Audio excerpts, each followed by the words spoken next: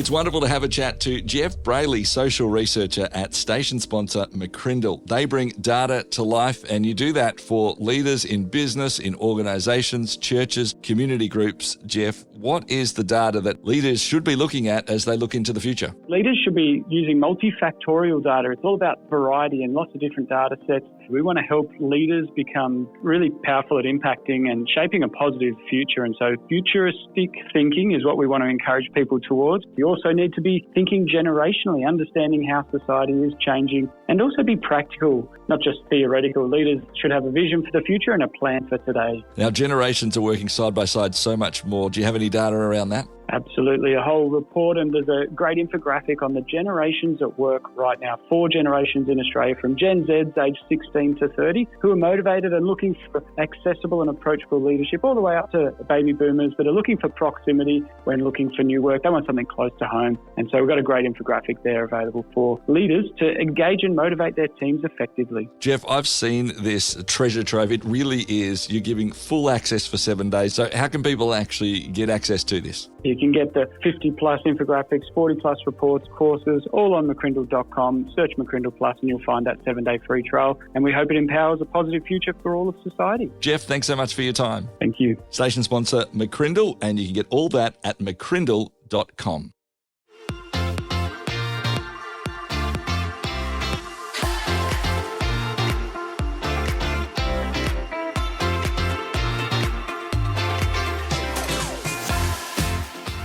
There is a famous phrase by a famous football coach, don't think, just do. Do something. So he was trying to rouse his team in the middle of a grand final. And I think it is so true in life at times, isn't it? I know I'm somebody who's definitely prone to overthink things a little bit. Sometimes we've just got to do something, especially when there is a need. The National Director of ARC Australia, Heather Packett, is going to be joining us today on the podcast as we talk about what it means to be involved in foster care. There are so many opportunities to just do something. Before we get stuck into this interview, would you rate, review, like, follow the podcast? That helps us get it to more people. All right, let's chat with Heather Packett. Towards Understanding with Clayton Bielen. This is Towards Understanding. You've got Clayton Bielen, and it is wonderful as we head into this National Foster Carers Week to be able to chat to a lady who has a whole lot of stories to tell and has a whole lot of heart and passion for the stories around caring for kids and through this foster care as well. The National Director of ARC, Heather Packett, joins us. G'day, Heather. Hi, great to be with you. It's wonderful to have you in. First of all, you better tell us, what is ARC? ARC is a charity that my gorgeous husband Lucas and I started up about just over 10 years ago. And basically our goal is to engage people in foster care across the country. We want to see kids, particularly in godly families, but in healthy, good, safe environments where they're learning to thrive in society. And so that's essentially the broad brushstrokes of what we do. I love that. Now, one thing that someone might have noticed is that you didn't say we are something that an organisation that is doing foster care, but he's actually trying to join a number of areas together. Was that something that you realised was a bit of a need and you thought, well, this is what we need to step in and help? Yeah, it really started, it actually started when I was pregnant with our first child, our son, and we went to a conference and we heard someone speaking about adoption, and my husband and I were kind of sidelined by it, a little bit shocked, to be honest, that our heart was reacting the way that it was. And so we started to investigate, what does this look like? What does adoption look like in Australia? Is there a need? And we really had absolutely no idea, and we've sort of discovered since then a lot of people have no idea. And there is an enormous need in Australia. We're looking at about 46,000 kids who will not be in their biological parents' homes tonight. And so we recognised, there was a need for worldwide for adoption, but there is a need also locally for people to take children into their homes and give them a place of safety. And so we sort of started on this journey and realised that the foster care system is broken, and anybody who is in it knows that it is. The government knows that it is. The agencies know that it is. And then we sort of looked around our church, which is a pretty large church, and discovered that in about 5,000 people, we had 3 families that were engaged in foster care, and we went, there's something wrong here. This is a little bit off. So we investigated, were there any agencies around, any kind of organisations around that were specifically engaging, God's people into foster care, and we couldn't find any 10 years ago. There's a couple now. And so we decided to set up ARC really to help the agencies and the sector with recruitment and support of carers, because those are the 2 areas that the sector is really struggling with. So we wanted to recruit people into foster care and then provide a place of support network for those who are in foster care. And really we've been doing that now for 10 years across the country, really trying to engage people into peer support networks where they can connect and feel some form of support from each other. You've got somebody who understands and who's trained and all of that kind of thing, and can understand what you're going through to be able to be on the end of the phone and answer a call to help and that kind of thing. So yeah, it is about networking, and it's about getting the message out there that there's a huge need. Yeah. Now, ARC itself, does the letter stand for something? Where did the word come from? Yeah. Choice? Wow. Yeah, that's a good question. Actually, yes. It actually came out of a prayer time, to be honest, and when I was just reflecting on what I felt like the Lord wanted us to do, the concept of Noah's Ark sort of popped in to my mind. But similarly, most people don't realise that Moses, when he was in the basket floating down the river of the River of Nile, that actually is the same word, ark, and so we sort of recognise that sometimes God uses a specific tool to rescue people from one situation to another, and that's really where the word came from. But then it does actually stand for something. So we actually are literally our business name is Aussies Responding to Kids. Nice, wonderful. Yep. So that's where it comes from. Thank you very much. The sort of that perspective. So here you are. You're moved to make this happen. You realise this is the things that are needed. How do we help recruit? How do we help have that peer-to-peer support? That's wonderful to have it, and here we are now 10 years later and these things are happening. How do you go about actually starting that? Like, where do you go to turn to say, how do we start doing this thing that we think we're supposed to do? Yeah, well, we just kind of networked with people who understood about movements. We didn't want to be an organisation I didn't particularly want to be an organisation where I did everything and we were running everything. Yep. So it was more about creating communities across the country and creating a movement across the country. So we've got people who are involved in ARC in Perth who don't know who we are. They've never met us or spoken to us. They know who ARC is, but they don't know us particularly. And so it really was meant to be about movements, a movement and a network of carers across the country who find support with each other. And so we connected online. We were meeting our leaders on Zoom before it was cool. Yeah. And and that's really just how we roll. Just wanting to create this movement that can be much bigger than us and scalable. Yeah. So that people will find a place of support. Yeah, great. Well, maybe we can sort of now divide up the 2 parts of what ARC is and dive a bit deeper on each of them. Yep. Maybe we start with the recruitment side of what that is. You talked about specifically, in your heart specifically, around, hey, those who are perhaps in church or are saying, hey, look, I have a Christian faith, how do you mobilise them? Where is the spaces that you've started going to encourage that, and I suppose people outside of a Christian faith as well? What were the best things that you said, well, this is who I want to suggest people go to, this is how I want to help recruit people in? Yeah, so really we want to be a help and a blessing to the agencies in the sector that are already there. Yeah. We didn't want to come in and compete, we just wanted to help. And I think a lot of the time the church can get a bad rap for doing their own thing and building their own empire. So really what we wanted to do was find any interest that we could in ways that we had the specific skills to do. So I'm a preacher, teacher. I'm the teaching pastor at my church, but then we also were getting invitations into other churches. And so that was really our recruitment tool from the beginning, was to go into churches and to preach a message. I don't like to use the pulpit as an advertising tool, so it's not an infomercial that we preach.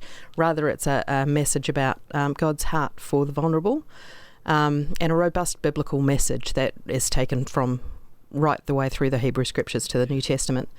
And so talking to people about that, and then just wanting to see, is this something that you could imagine yourself doing? A lot of the time, people have this idea of foster care that you have to give up your life for 18 years. It's got to be full time, and it's just not true. There's many, many versions of foster care, right through from respite care, emergency care, through to permanent care. So there's many ways to get involved. So we go in, we preach a biblical message, then we have an information session for people. And at that point, we say to people, look, if you want to be connected with an agency, we'd like to find you an agency in your local area that you can get connected with. You can be trained up, assessed and approved to become a foster carer. And then what's ultimately happening is that we're seeing good, solid, healthy families taking kids in across the nation and helping with the problem, helping hopefully to empty out the system of the kids who are being placed in. We've got some families that have got 8, 10 kids because there's just nowhere else for them to go.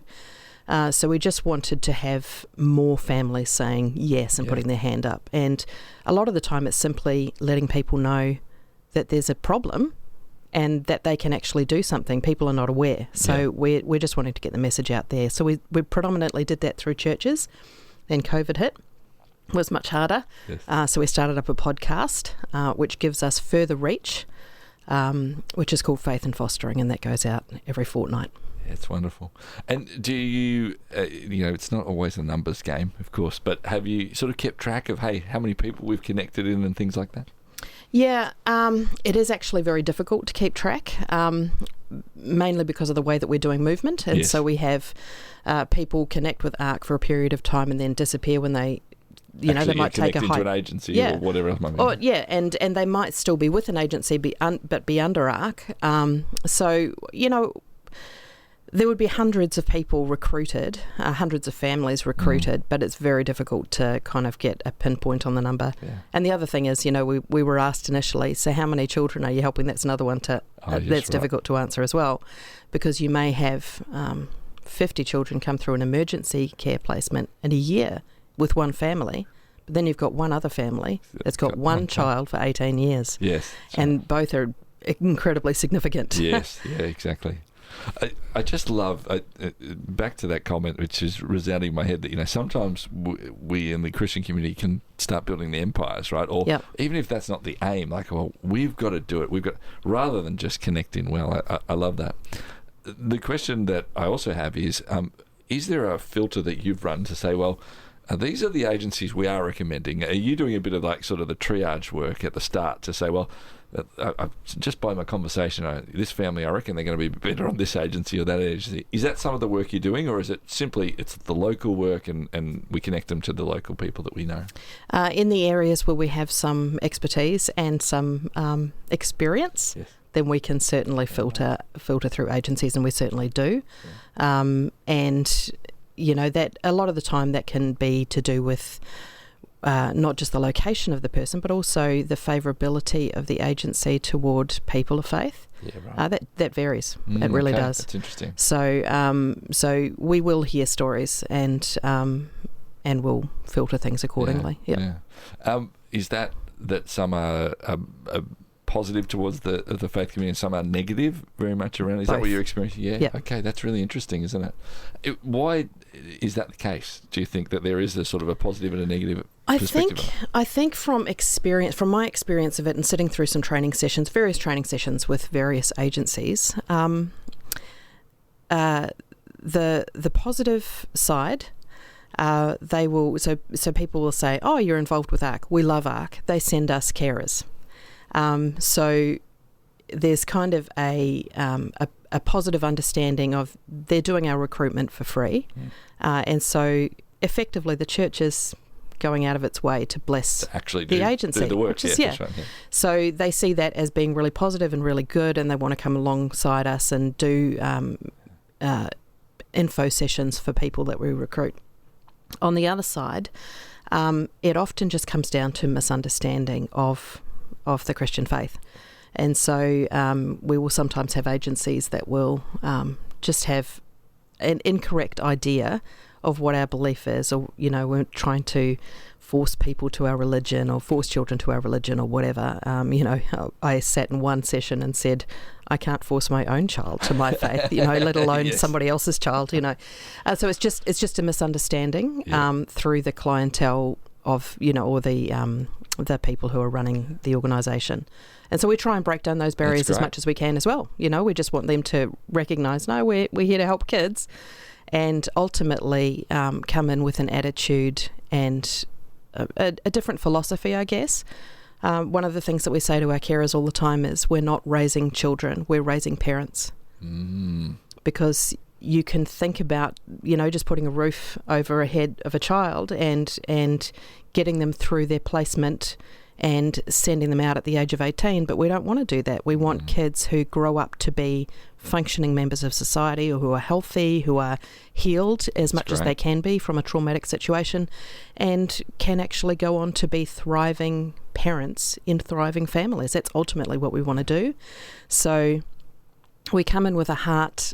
That's our heart, and so we want to try and communicate that as much as we can, and sometimes the message gets through and sometimes it doesn't. Yeah, that is a beautiful segue to our next conversation, which is around that sort of peer-to-peer time and connection that you're trying to create as well. So we're going to be back in a couple of minutes' time here on Towards Understanding with the National Director of ARC, Heather Packett, as we talk, heading into National Foster Carers Week. That's on the way next here on Towards Understanding. Share your brand, your event, your message across 90 Christian radio stations and major cities in Australia and New Zealand by sponsoring Towards Understanding, hosted by Clayton Bielen. More than 210,000 people tune into Towards Understanding each week, and with just one sponsorship, you'll reach this immense engaged audience. Find out more about this exciting and unique opportunity now on the sponsorship page at positivemedia.com.au. Towards Understanding with Clayton Bielen. This is Towards Understanding. You're with Clayton Bielen and the National Director of ARC. Heather Packett is in the studio with me as Head of National Foster Carers Week, or just as it's starting off. And you're actually telling us just in the songs as we were there, Heather, that there's actually an incredible opportunity for churches to play a video just to get people interested during this time as well. Yeah, absolutely. So there's actually a website called fostercaresunday.com, and it's Australian. It's for organisations who are on mission regarding this, who have banded together to create not just a video but also resources for churches to be able to talk about foster care just on one Sunday a year. And so there's a video you can download, you can play in your service. It doesn't have to be on this particular week, or it could be next week, whenever. And then there's resources for how to discuss this with your people as well. And what was that website again? fostercaresunday.com. Wonderful. Now, we were talking about Australia as well. Obviously, this program goes to New Zealand. Is there links for people in New Zealand actually that you're aware of, for people to say, well, this is it? Or do you have much conversations with those in New Zealand too? Yeah, I do have the occasional conversation with people in New Zealand. It's a little bit of a different a different situation over there. Culturally, you'll find that Māori people are more inclined to share the responsibility of looking after children, and so it's a little bit more complex, but in reality we are called as God's people to respond, and we can all do that somehow. So those resources are going to help in New Zealand as well. That's great. Let's talk about the other half of ARC. If people are just joining us, we talked about the first part, which is about helping recruit, and especially through church connections, but beyond that as well. And the second part is actually, as you said, sort of setting up this peer-to-peer opportunity for training parents to be the parents, as you said, not just about keeping a kid safe, but actually how do we train them best. Could you talk to us, and you may not be able to mention people's names, I understand, but we'd love to hear the stories too. Could you talk to us about some of the impact and some of the opportunity that's happened through this work? Yeah, the stories are my favourite thing. Yeah, one of the things that was quite surprising to us when we started out, really we had no idea what we were doing, and we just invited a few people around to our house, and we said, who were involved in foster care, and we said, just sit down and let's talk, And we had one mum who had a pre-adopt baby, which is the situation in Victoria is that if somebody wants to adopt out their child as a baby, there's a 6-month period where the child can't go to its adoptive family. There needs to be a 6-month, it sounds terrible, but cooling off period for the mother. Yep. And so in that situation, the child is put into foster care for 6 months. And so these carers know that they will not be the long-term carers. And so it's always something you go into with eyes open, but at the same time heartbreaking because the child attaches to this mother and in the very first months of its life. So we had one mum who was sitting there. She was about to give up her pre-adopt baby to the placement that it was going to. And then we had another who had exactly the same situation happen a couple of years earlier. So they were just sitting there crying together, talking together, praying for each other. Yeah. And we were standing over in the corner going, well, we're meant to be the clergy here. We've got, we're actually just watching them do it. Yeah, that's great. And so we learned very quickly that that actually peer support in a lot of ways is exactly what's required in foster care. So just seeing them support each other through that process and understand each other was awesome.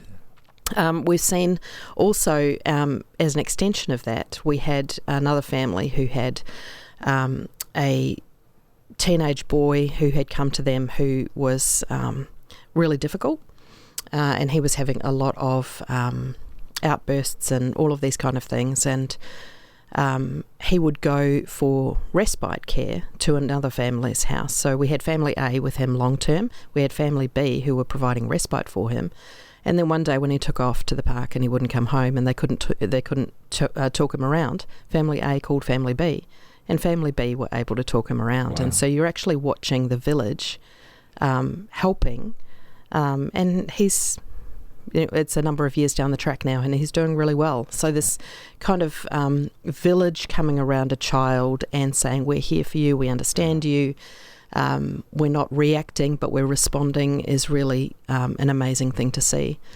Yeah. We've had families where the biological parents have gotten their children back after they've proved to the government that they can, and in that case, the foster carers coming around the biological parents to actually show them how to parent and walking alongside them and saying, look, we'll do respite for you, and so that you can have a life as well, and so these bio parents just absolutely floored by seeing the love and the support from these foster carers who are saying, we actually want you to succeed. We're not trying to take your children away from you. We want you to succeed in this, and we will do whatever we can to support you in this. And that has actually caused a number of biological families to completely turn around in quite miraculous ways. I've seen biological parents baptised because of the love and the support of the foster family and the way that they've supported them on their parenting journey.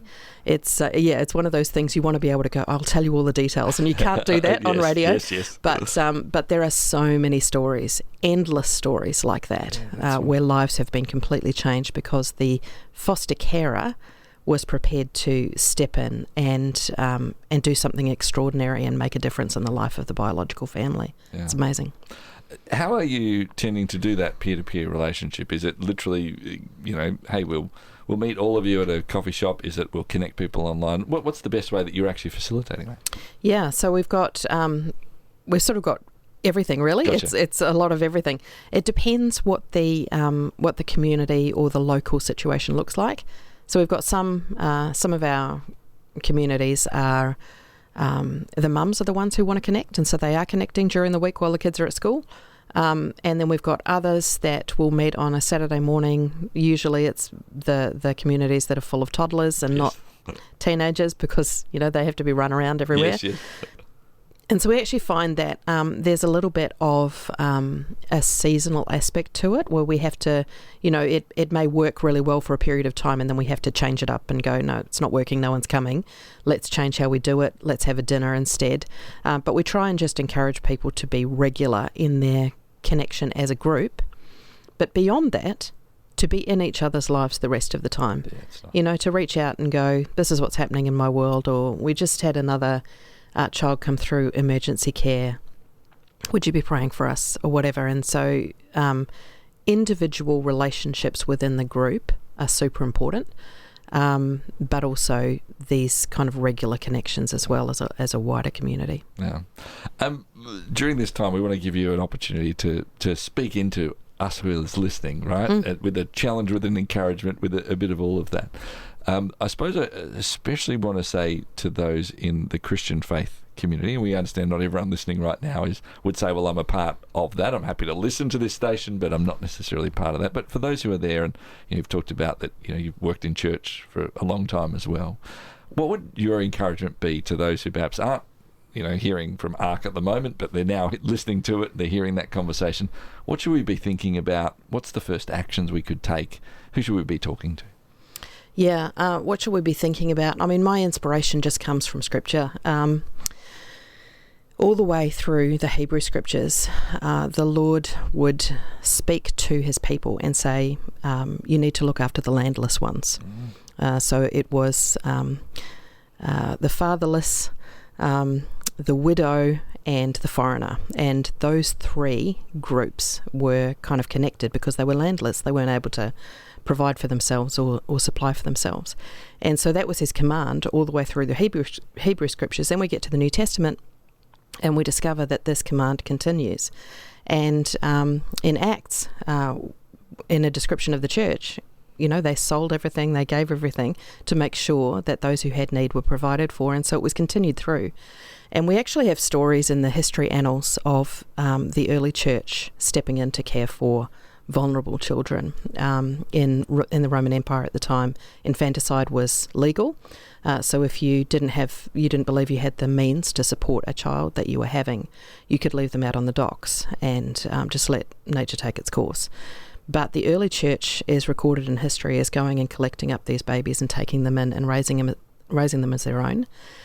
And in that particular society, it was quite a male-heavy society because the female babies were the ones that were discarded. So it ended up, you've got all of these families, these Christian families of these church-going people who have these girls that they're raising as their own. And ultimately, the Roman Empire needed girls for their men to marry. So they start coming to the church. And the long story short is that at the time, the marriage age was 13. But the church said, no, we're not going to allow our girls to marry at 13. And they ended up changing the law. Rome ended up changing its law to increase or heighten the marriage age. It ended up being 16, which in my humble opinion is still too young. But that to me is an example of God's people doing something that he commanded them to do and actually seeing the culture change. They didn't go picketing Rome. Yes. They changed it. They turned things around because they did what God had asked them to do, which was caring for the vulnerable. And that to me is the greatest example of how we should be living our lives. Is foster care for everyone? No. But should we all be stepping out and doing something extraordinary to look after the vulnerable and the most needy in our population? Absolutely we should. And if we're going to be an ambassador of the Lord, then we need to really take that seriously. And it doesn't mean that it'll be easy. I never tell people it'll be easy. It's not. It's hard. You're dealing with trauma, you're dealing with challenge and difficulty, and there is just the daily grind of it. People think it's somehow heroic, but it really doesn't feel like that on the day-to-day. And but nevertheless, we're called to step in and respond to what God has asked us to do. And ultimately, when we do the hard things and we live in obedience to what he's asked us to do, then extraordinary things can happen and extraordinary things can change. And so my encouragement for anybody really who believes that they can step in and help in the life of a child is to take a sober look at what that means in your life and then do it. Because we can spend our life going, oh, this is not right, or I need to wait until the kids have grown up, or, all of these excuses, I'm not in the right job, etc., without actually investigating what the possibilities are now. And there is quite likely the probability that if somebody stepped into foster care, they could put their toe in the water now and do a small amount that would end up being a large amount rather than waiting. So just investigating what are the options, what does respite look like? What about if I was to be trained as a foster carer and I could step in and provide respite for a family that's doing this long term, which would then make the journey sustainable for them? I mean, that's huge. Yeah. If we could have a respite carer for every family that's doing long-term care, then we would have totally upended the system, really. So, we think to ourselves, I can only do this, or I can just do that. And then I go, well, then only do that and just do that. Yeah. But don't sit there saying it's not enough and so I won't step in. Step in with what you can step in with. Yeah. And that might simply be supporting someone else at the moment. Yeah, love that. If somebody's like, great, Heather, you've convinced me, I want to change something, I want to do something, I want to explore something, is heading to ARC's website a good place to start? Where's the best place actually to start in that regard? ArcAustralia.org, and we can give you information about how to connect with your local agency. Wonderful. So ArcAustralia.org. Yep. Fantastic. Heather, thank you so much for coming in, for having this conversation, for the encouragement, the challenge mixed together as well, and thank you for the work you're doing. Thank you so much for having me. National Director of ARC Australia, Heather Packett, with us on Towards Understanding. Towards Understanding with Clayton Bielen. Share your brand, your event, your message across 90 Christian radio stations and major cities in Australia and New Zealand by sponsoring Towards Understanding, hosted by Clayton Bielen. More than 210,000 people tune into Towards Understanding each week, and with just one sponsorship, you'll reach this immense engaged audience. Find out more about this exciting and unique opportunity now on the sponsorship page at positivemedia.com.au. It's wonderful to have a chat to Jeff Brayley, social researcher at station sponsor McCrindle. They bring data to life, and you do that for leaders in business, in organisations, churches, community groups. Jeff, what is the data that leaders should be looking at as they look into the future? Leaders should be using multifactorial data. It's all about variety and lots of different data sets. We want to help leaders become really powerful at impacting and shaping a positive future. And so futuristic thinking is what we want to encourage people towards. You also need to be thinking generationally, understanding how society is changing, and also be practical, not just theoretical. Leaders should have a vision for the future and a plan for today. Now, generations are working side by side so much more. Do you have any data around that? Absolutely. A whole report, and there's a great infographic on the generations at work right now. 4 generations in Australia, from Gen Zs aged 16 to 30, who are motivated and looking for accessible and approachable leadership, all the way up to baby boomers that are looking for proximity when looking for new work. They want something close to home. And so we've got a great infographic there available for leaders to engage and motivate their teams effectively. Jeff, I've seen this treasure trove. It really is. You're giving full access for 7 days. So how can people actually get access to this? You can get the 50 plus infographics, 40 plus reports, courses, all on McCrindle.com. Search McCrindle Plus and you'll find that 7-day free trial. And we hope it empowers a positive future for all of society. Jeff, thanks so much for your time. Thank you. Station sponsor McCrindle, and you can get all that at McCrindle.com.